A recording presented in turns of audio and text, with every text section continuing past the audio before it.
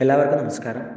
ഇന്നത്തെ ശുഭചിന്ത: വാക്കുകൾ കൊണ്ടോ പ്രവൃത്തികൾ കൊണ്ടോ ഉള്ള പ്രോത്സാഹനം ഒട്ടനേകം വ്യക്തികളിൽ അത്ഭുതങ്ങൾ സൃഷ്ടിച്ചിട്ടുണ്ട്. നമ്മുടെ വീട്ടിലെ കൊച്ചുകുട്ടികളെ അവരുടെ ഓരോ നേട്ടത്തിലും മനസ്സറിഞ്ഞ് അഭിനന്ദിക്കുക.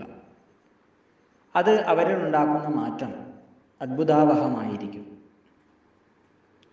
ഒരു ചെടിക്ക് അതിൻ്റെ വളർച്ചയ്ക്ക് ജലം ആവശ്യമായതുപോലെയാണ് ഒരു വ്യക്തിക്ക് പ്രോത്സാഹനവും എന്ന് അറിയുക. നൽകിയാൽ നമുക്ക് ഒട്ടും കുറവ് വരാത്തതും തിരികെ ലഭിക്കുന്നതുമാണ് പ്രോത്സാഹനം.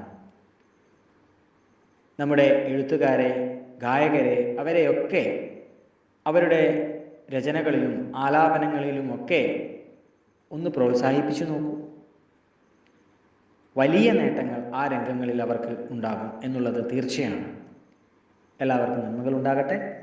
എല്ലാവർക്കും ജീവിത വിജയം ഉണ്ടാകട്ടെ. നന്ദി, നമസ്കാരം.